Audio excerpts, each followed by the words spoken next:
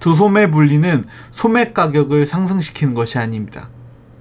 가격을 구분하는 것입니다.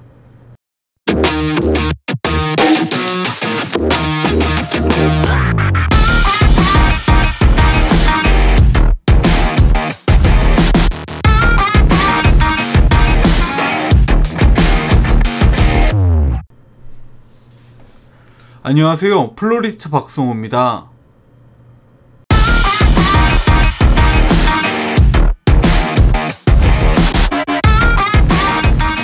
앞선 영상들에서 화해 유통 구조의 문제점들이 발견되었고, 그런 유통 구조의 문제점들을 오랫동안 지속적으로 지적해 왔다. 하지만 어째서 변화하기가 어려웠는지, 그리고 어떤 유통 구조의 문제 때문에 화해 업계가 어떤 상태에 놓여져 있는지에 대해서 컨텐츠를 한번 만들어 봤었습니다. 그 후에 좀 자세한 내용들을 세분화해서 알려드리기 쉽게, 그리고 조금 더 공론화하려는 컨텐츠를 올리려고 했었는데, 추후에 컨텐츠가 업로드 되지 않았었던 부분은 각 업계의 종사자분들께서 좀 더 노력하고 계시고, 그리고 플로리스트 협회나 아니면 유통구조 협회 측에서의 자정작용의 노력들이 작용하고 있었기 때문에 그런 컨텐츠를 다시 만들지 않고 있었는데요. 조금 더 추후에 시간이 지나서 어떤 상황이 어떻게 진행되고 있는지에 대해서 언급을 해 보려고 했었습니다. 하지만 현재 12월부터 1월에 발생된 사태가 현재까지 그렇게 커다란 변화를 맞이하고 있지 않아서 좀 더 사람들이 유통구조의 문제점들, 그리고 어떻게 변화해야 하는지, 현재 업계의 어떤 유통구조가 어떤 상태인지에 대해서 조금 더 공론화돼서 많은 사람들과 내용을 좀 나누어야 좀 더 이런 사태들이 진정하는데 조금 더 큰 효과가 있을 거라고 생각을 해서요. 다시 컨텐츠를 이어가 보도록 하겠습니다. 이번 시간에 다룰 주제는 도소매 분리에 관해서입니다. 과연 도소매 분리가 과연 정말 소비자들에게 좋은 것인가? 다른 기사들의 댓글에 이런 것들이 있더라고요. 도소매 분리를 하려는 이유는 혹시 플로리스트들, 화훼소상공들의 배불리기를 위한 아니냐? 결국 죽어나가는 것은 생산자가 아니냐? 소비자가 아니냐, 결국 피해를 받는 건 생산자와 소비자가 아니냐, 이런 이야기들의 댓글이 간혹 보이게 됐습니다. 그래서 과연 이 문제를 공론하지 않고 자세히 알려드리지 않고 넘어가는 건 조금 더 문제를 해소하는 데 장애물이 될 것 같다는 생각을 해서요. 이런 문제들을 해소하기 위해서는 좀 더 이런 유통구조가 어떤 식으로 조성되어 있고, 이 유통구조를 개선하기 위해서는 도소매 분리밖에 없다, 이런 것들을 조금 더 자세하게 설명하기 위해서 좀 썸네일도 좀 어그로성으로 작성된 것 같습니다. 그래서 이번 시간에 이야기해 볼 것은 과연 도소매 분리가 정말 시장에 가는 일반 고객들과, 그리고 꽃집에서 구매하는 일반 고객들의 피해로 이어지는지, 그렇지 않다면 도소매 분리를 왜 화훼업계에서, 그리고 각 전문가들은, 농산물 유통 전문가들은 도소매 분리를 하여야 한다고 하는지, 그것들을 조금 더 자료화하여서 우리가 좀 더 자세히 알아가 보도록 하겠습니다. 먼저 이야기해 볼 것은 기본적인 배경이 있다는 거예요. 어떤 배경이 있느냐? 자료를 한번 보고 배경에 대해서 이해해 볼 텐데, 왜 도소매 분리가 필요한지, 우리나라에도 민영시장과 법정 도매시장, 그리고 공영시장들이 있는데 왜 유통구조가 문제라고 하는지, 이 유통구조 속은 어떤 방향으로 유통구조가 이루어지는지에 대해서 우리가 짧게나마 배경을 이해하고 가야 앞서서 도소매 분리를 왜 해야 되는지와 해외는 어떤 식으로 도소매 분리를 이루었는지, 그리고 도소매 분리가 끼치는 영향들에 대해서 한번 살펴보려면 그 바탕을 한번 이해해야 된다는 얘기입니다. 그래서 먼저 이해하기 위해서 이 자료를 한번 보고 갈 텐데요. 국내 화훼 유통 구조입니다. 이 자료는 2000년도 한국농촌경제연구원 박현태, 이두순, 박기환, 정훈 화훼류 유통 구조의 실태와 개선 방향에 대한 자료입니다. 밑 그림을 보면 법정 도매시장 공용 화훼 공판장 12.7%, 전문 농협 운영 공판장 14.9%, 산지 직판장 15.5%, 민영시장 50%로 압도적으로 화훼 유통 구조는 민영시장에 집중되어 있다는 것을 알 수 있습니다. 화훼가 출하돼서 그게 대부분 소비로 이어지는 곳은 민영시장이 50%가 넘어선다는 얘기입니다. 먼저 대부분의 유통 구조는 대략 이렇습니다. 농가에서 농협과 같은 조합을 통해 법정 경매 시장을 거치고 각 경매를 통해 도매법인과 도매상인에게 낙찰되어 각 도매시장을 통해 소매 수상공인들이 매입을 하고 그 후 소비자에게 상품으로 전달되게 됩니다. 농산물의 경우에는 경매시장을 거쳐 각 도매시장으로 판매되기도 하지만 농협과 같은 협동조합으로 출하하게 돼 하나로마트와 같은 마켓에서 원재료로서 좀 더 저렴하게 판매되기도 합니다. 보통은 생산, 경매, 도매, 소매, 소비자 이런 식의 유통구조를 대부분의 농산품이나 경매를 통해 판매되는 생산자가 있는 경매를 통해서 판매되는 대부분의 상품들은 이런 유통구조의 경로를 갖게 됩니다. 그렇다면 도소매 분리를 해야 하는 이유는 하나로 압축해 볼 수 있습니다. 유통구조에서 오는 원재료 가격의 상승 때문인데 어째서 유통구조가 가격 상승의 원인이 되는지 살펴보아야 합니다. 보통 현재 농산물의 경우 직거래가 유행처럼 생겨나고 유통구조를 줄이는 플랫폼형 직거래가 대세가 되었는데 어째서 화훼 업계의 유통구조는 견고히 하려 하냐는 것이 궁금해 하실 수 있는 점이라고 생각합니다. 왜 견고히 하여야 하냐?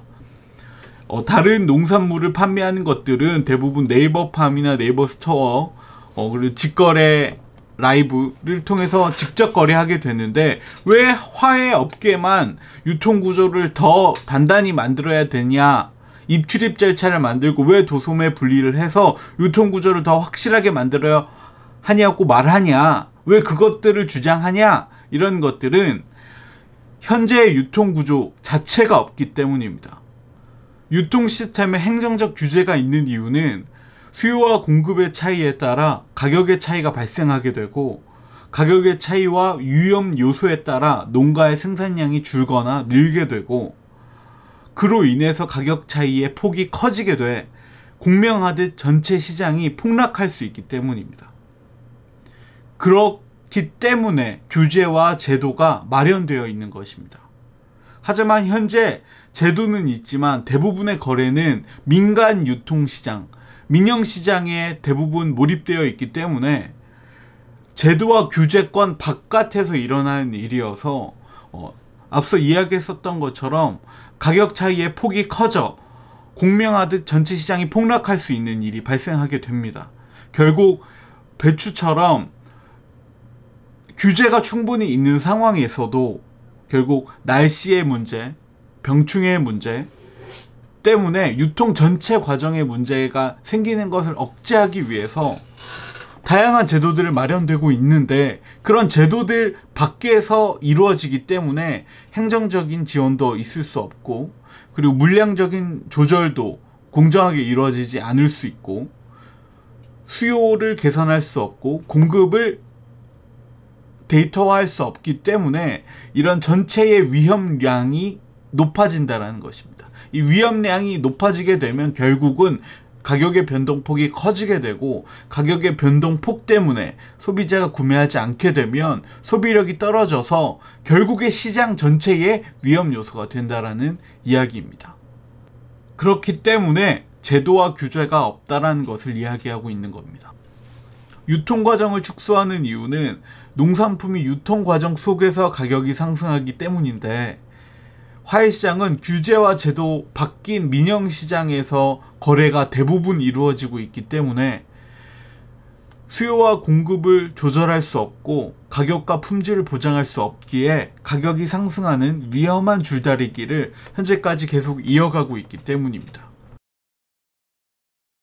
그렇다면 현재 유통구조 속에서 가격 상승을 하게 만드는 요인들을 한번 살펴봐야 될 것 같습니다. 생산 농가의 가격 상승 또한 화훼류가 가격 상승하게 되는 요인으로 볼 수 있습니다. 병해와 충해로 식물이 죽거나 여름철 많은 비로 인한 과습 피해를 받거나 한파로 인한 동해로 얼어 죽거나 기름값 상승과 같은 난방비 상승으로 인해서 가격 상승이 이루어질 수 있습니다. 또 어버이날, 스승의 날, 로즈데이, 크리스마스, 졸업식 등 시즌식 한시적 꽃소비가 농가의 가격 상승이 요인이 될 수 있습니다. 평소에 소비량이 적어 농산물을 공급할 수 있는 양을 늘리지 못하다가 한시적으로 생산량을 높여야 하기 때문에 공급에 문제가 생겨 가격이 상승할 수 있습니다. 두 번째로 법정 경매시장의 문제점입니다. 무분별한 경매권 발급으로 비도매업자와 플랫폼형 사업자, 기업의 참여로 한정적인 공급량을 누구나 경매권만 있으면 경매에 참여할 수 있기 때문에 일부 도매상과 거대 기업형 플랫폼에서 꽃을 대량 입찰해 매점 매석을 통해서 가격이 상승할 수 있습니다. 경매권이라는 건 결국 일정 금액량의 꽃소비를 증빙할 수 있다면 결국 경매권이 발급되게 되는데 자본력이 약한 소도매업자들보다 기업에서 참여하거나 아니면 플랫폼형으로 지원을 받아 사업을 하는 사람들의 경우는 과거 이력과 상관없이 어떤 식으로 화훼업계에서 종사했는지와 상관없이 그냥 돈만 있으면 쉽게 말해서 경매권을 딸 수 있다는 것이 문제점이라고 생각합니다. 그리고 또한 민간 도매시장의 문제점, 도매시장 내에 엄청난 임대료로 인해 가격은 높아질 수밖에 없습니다. 또 민간 도매시장의 문제점 또한 가격 상승 요인의 요소로서 작용합니다. 도매시장 내 엄청난 임대료로 인해 가격은 높아질 수밖에 없게 됩니다. 또 일부 품목과 한정된 시기 때 가격이 담합이 이루어져 꽃 가격이 상승하는 경우가 발생합니다. 또한 도매시장 내의 꽃다발, 꽃바구니 등 직접 제작해 판매하는 일도 발생하게 됩니다. 꽃집 가격의 상승 요인, 상품 가격은 10년째 동결되어 10년 전 상품 가격과 현재 상품 가격은 거의 같습니다. 제가 10년 전부터 플로리스트 일을 하면서 판매했었던 상품 가격과 지금은 거의 비슷합니다. 다른 꽃집과의 가격도 사실 거의 상이합니다. 동결된 상품 가격이지만 재료비는 300% 상승하게 되었습니다. 이렇게 상품 가격은 10년째 올라가지 않고 있는데 재료비는 300% 상승하게 되었습니다. 각 곳의 원재료 가격에 상승한 요인은 좀 다양한 편이지만 장미의 경우는 약 300% 정도 상승했습니다. 또 임대료 및 인건비 상승으로 인해서 꽃값이 상승할 수 있는 요소로 작용하게 됩니다. 이렇게 가격 상승의 요인들을 한번 살펴보게 됐는데 대부분 유통 경로의 발전을 통해 해결할 수 있는 문제라고 저는 생각하고 있고, 농업유통연구원들 또한 유통 과정의 시스템화가 중요하다 말해오고 있습니다. 소비자가 저렴한 가격에 좋은 품질의 상품을 소비할 수 있어야 생산자, 도매상, 화훼업계, 소비자가 함께 상생할 수 있다고 생각합니다. 앞서 이야기했었던 건 각 업계의 도매업자, 생산자, 상품 제작자, 소비자, 그 어느 한 사람을 지적하거나 비난하거나 비판하려는 목적으로 영상을 만든 것이 아닙니다. 결국 유통구조의 문제점을 잘 파악해서 서로가 상생해야만 결국 모두가 살 수 있는 구조이기 때문에 저는 조금 더 유통구조에 대한 이야기를 나누는 것이고, 이것들을 공론화하여서 많은 사람들이 이런 문제점이 있구나, 그럼 어떻게 개선해야지, 그래야만 우리 화해업계가 살아갈 수 있구나, 이런 것들을 조금 더 널리 알렸으면 하는 바람에서 제작하는 영상입니다. 서로의 이익과 생존을 보장하기 위해서 유통구조는 어떻게 변화해야 하는가, 그 전에 현재 유통구조가 갖고 있는 문제점을 좀 더 자세하게 알아보도록 하겠습니다. 현재의 유통구조가 갖고 있는 가격의 비안정화.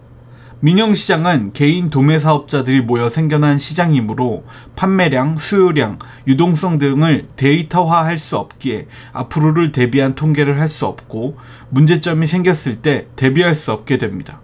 또 비공정한 유통과정이 생겨났을 때 행정의 규제와 제도가 제재할 수 없어 막을 수 없기 때문에 피해가 커질 수 있습니다. 또 법정 경매 시장을 거쳐 출하되지 않기 때문에 상품의 등급화를 알 수 없어 상품의 품질 변동이 커져 품질이 낮아질 수 있습니다. 또 매점 매석과 같은 자본력에 따른 상품 대량 매도로 전체 시장의 가격을 변동시킬 수 있습니다. 예를 들어 카네이션을 대량으로 구입해 각 물량을 고가에 공급하여 원가가 상승하게 되고, 이는 결국 최종 소비자가의 동반 상승으로 이어지게 됩니다. 이는 소비력을 떨어뜨리게 돼 전체 시장의 피해로 이어지는 일이게 됩니다. 또 도소매 비분리로 인해 가격이 상승했을 때 소비자와 도매가의 동반 상승으로 결국 최종 소비자 가격이 상승해 구매력을 떨어뜨려 앞선 이야기와 같이 시장의 전체 수요량을 떨어뜨릴 수 있습니다. 민영시장의 가격 상승은 결국 화해 소상공인들만의 문제는 아닙니다. 가격의 변동폭이 너무 커지기 때문에 그 변동폭을 믿지 못해 결국 온라인 플랫폼 사업들과 기업형 온라인 도매 시장들이 생겨나고 있기 때문입니다. 그로 인해서 이런 변칙적인 유통구조 때문에 민영 도매시장과 공용 도매시장의 입지까지 위험하게 될 수 있습니다. 그렇게 된다면 결국 유통구조가 확실하게 잡혀있지 않는 상태에서 변칙적인 유통구조가 생겨나게 된다면 결국 온라인 판매로 유통구조가 변화할 수밖에 없게 됩니다. 플랫폼형 도매 시장들의 문제점은 다음 시간에 다뤄보도록 하겠습니다.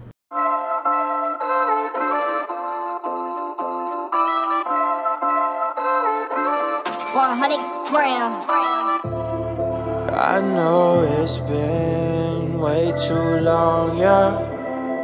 I've been on the low, just counting up. Focused on the paper, not no feelings, show no love. Brand new vibes, get me alive. Woo! Counting the money, okay, okay. Might buy a crib with a view in LA. Niggas keep plotting, they want me to break down. Nah, I'm tryna hang with your boo in a few. Bought me a flight from the A to the moon. Niggas just worried, don't know what to do now. Woo!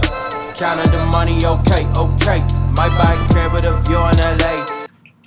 이렇게 지금 유통구조가 가지고 있었던 문제점들을 한번 살펴봤습니다.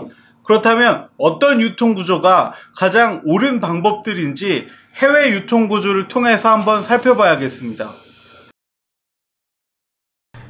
어떻게 변화해야 하는지를 알아보기 전에 그럼 이미 변화한 해외의 사례들을 통해서 그러면 어떤 식으로 변화하면 좋을까? 해외는 어떤 식의 유통구조를 갖고 있을까를 한번 살펴보도록 하겠습니다.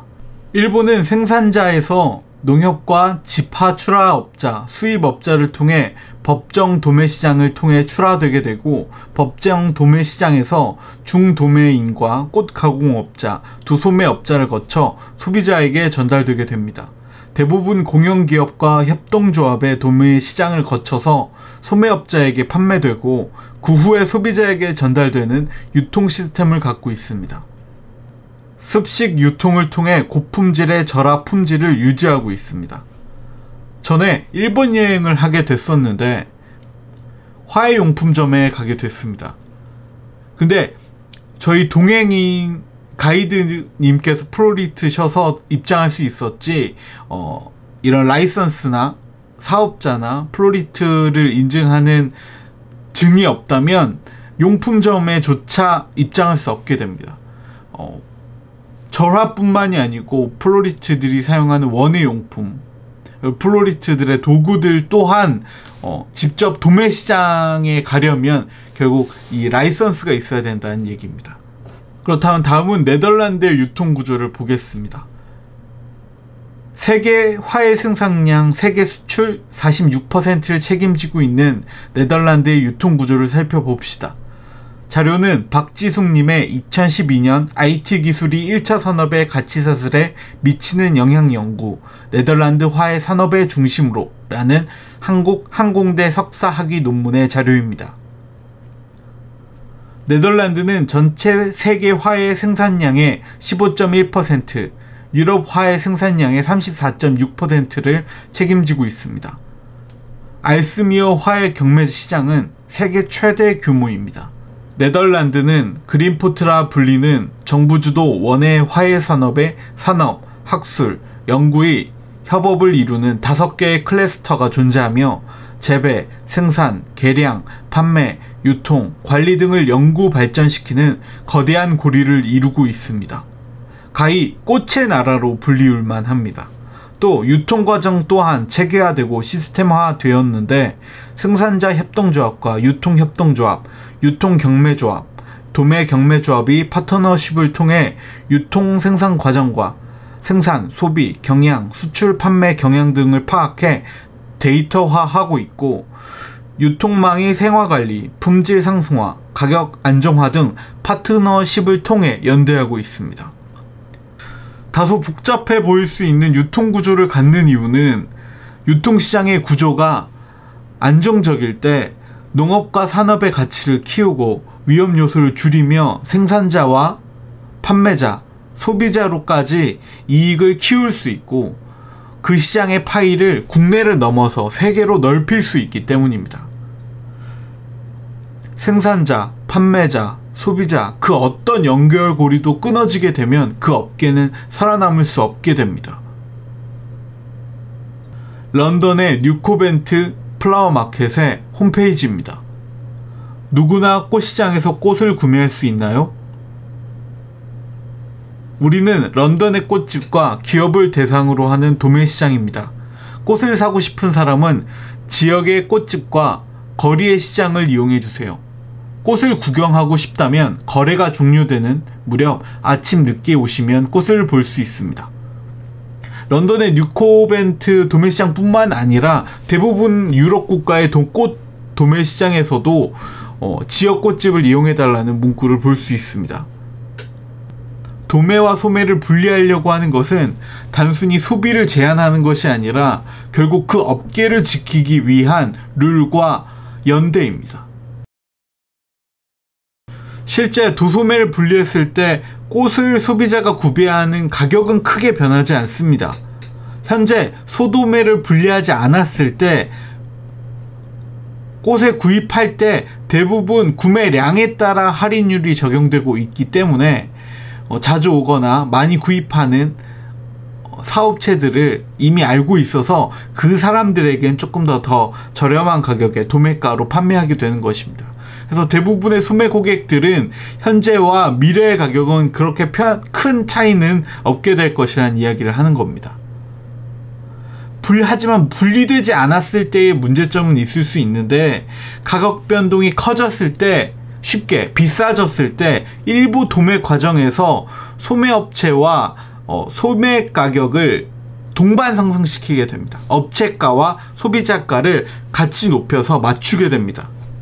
그렇게 된다면 결국 과책정이 일어나게 되고 그로 인해서 최종 소비자 가격이 오르게 되는 거죠. 꽃시장에 원재료를 사러 가서 한 단을 3만원에 샀다면 결국 거기서 산 소비자와 거기서 산 업체가가 같기 때문에 결국 업체는 그 3만원을 가공해서 6만원 혹은 4만원, 6만원, 5만원 이렇게 판매하게 된다는 거죠. 결국 최종 소비자가가 올라가게 된다는 이야기를 하는 겁니다. 가격의 변동이 커졌을 때 쉽게 비싸졌을 때 일부 도매 과정에서 소매와 업체 가격이 동반 상승해 과책정되는 일이 있었습니다. 그로 인해 꽃가게를 이용하는 최종 소비자 가격이 올라가게 되었습니다. 그 소비자가는 한 500% 증가하게 됐었고, 증가한 상품 가격과 그를 판매해도 적자만 남는 꽃가게들로 단기간에 가격 상승이 업체들이 도산하는 사태가 일어났었습니다. 1월 말과 2월 중순까지 일어났었던 일인데, 꽃시장에서 소상공인들이 꽃을 소비하지 못했고, 그리고 변칙적인 유통구조인 플랫폼형 온라인 판매 도매시장을 이용하는 사람들이 늘었고, 그로 인해서 민영화 꽃시장에, 도매시장에 큰 피해가 있었다는 것으로 알려졌습니다. 쉽게 변칙적인 유통구조를 이용하게 됐다라는 것이죠. 변칙적인 유통구조를 이용하게 되었고, 결국 한 2-3주가량 큰 피해를 도매시장이 보게 되었었다, 이 얘기입니다. 결국 변칙적인 가격이 유통구조가 구조화되지 못했을 때 가격이 올라가게 되고, 그 올라간 가격 때문에 소비자는 멀어지게 되고, 꽃을 판매할 수 없게 된 자영업자들은 도산하게 되고, 꽃을 판매하지 못하는 도매시장은 어려워졌다라는 이야기를 하고 있습니다.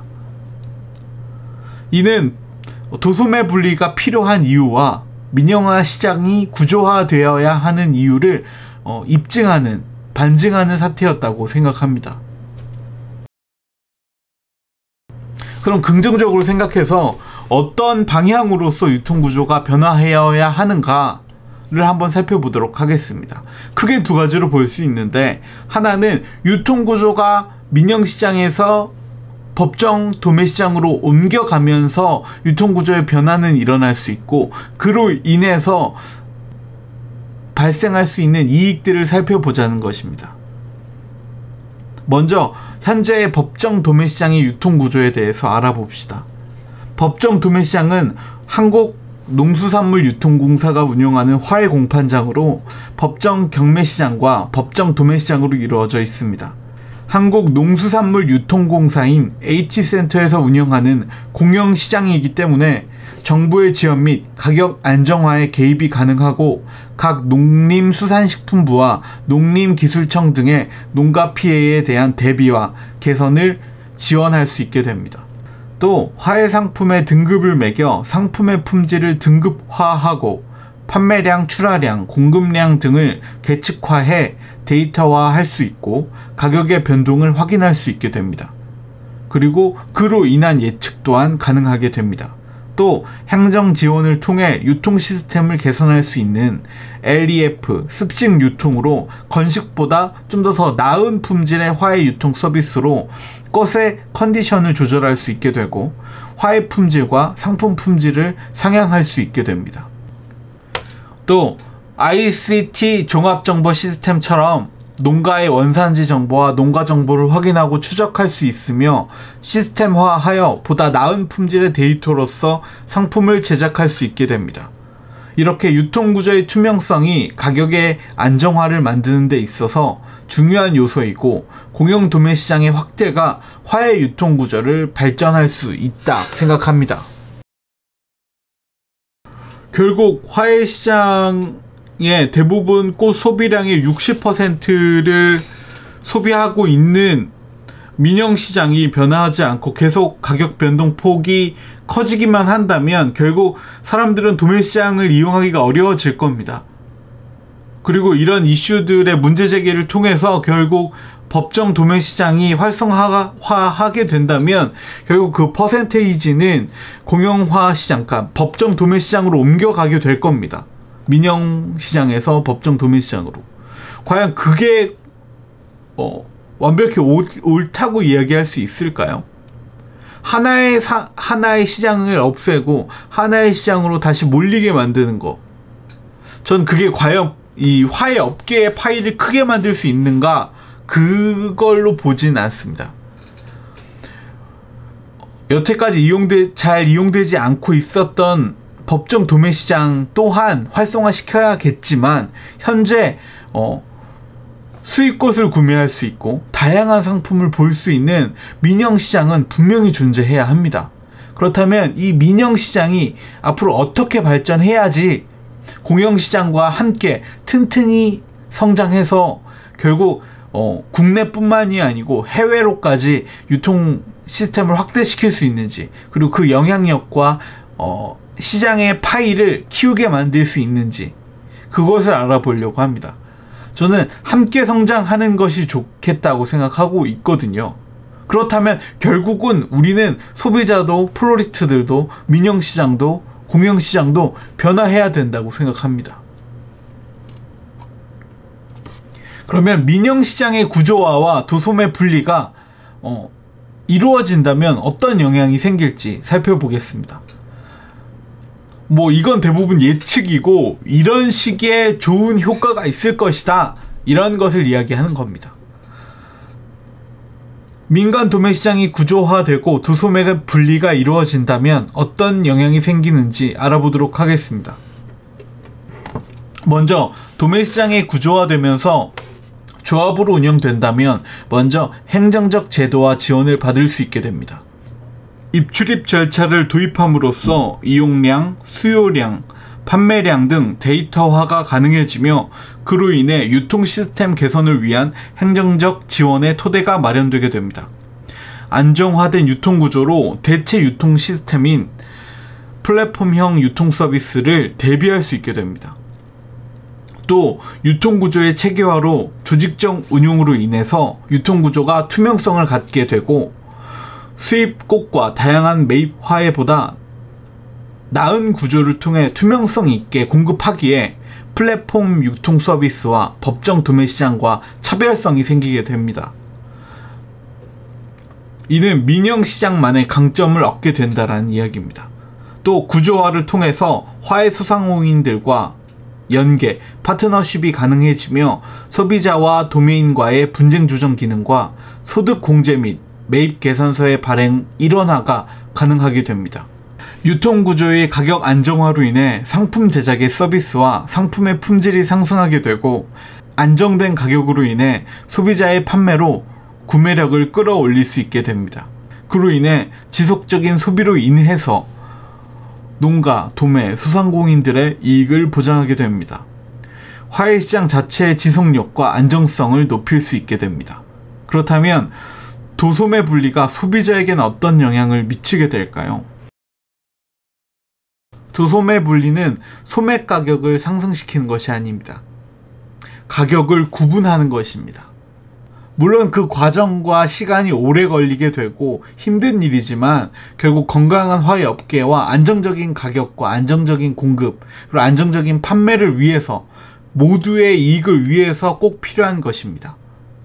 그로 인해서 유통구조가 변화된다면 어떤 식의 이익이 있을 것이고 유통구조가 위험한 상황일 때에는 어떤 상황들이 이어지는지 한번 살펴봤습니다. 이런 유통구조 속에서 도소매 분리가 어떤 역할을 하고 있는지, 업계에서 도소매 분리가 왜 필요한지에 대해서 오늘 한번 이야기 나눠봤었는데요. 조금 더 여러분들이 알기 쉽게 설명하는 쇼츠를 만들 테니까요. 그것도 한번 살펴봐 주시고, 이런 내용들이 있구나, 업계에는 이런 에피소드들이 있었구나, 시장은 어떤 유통구조를 갖고 있었구나, 이런 것들을 이해하시는 컨텐츠였으면 좋겠습니다. 다음 시간에는 상품 제작의 원재료 원가가 어떤 상품 가격에 영향을 미치게 되는지, 상품을 제작할 때 어떤 구조로 만들게 되는지를 한번 자세히 이야기 나눠보도록 하겠습니다. 지금까지 시청해 주셔서 감사합니다. 플로리스트 박성우였습니다.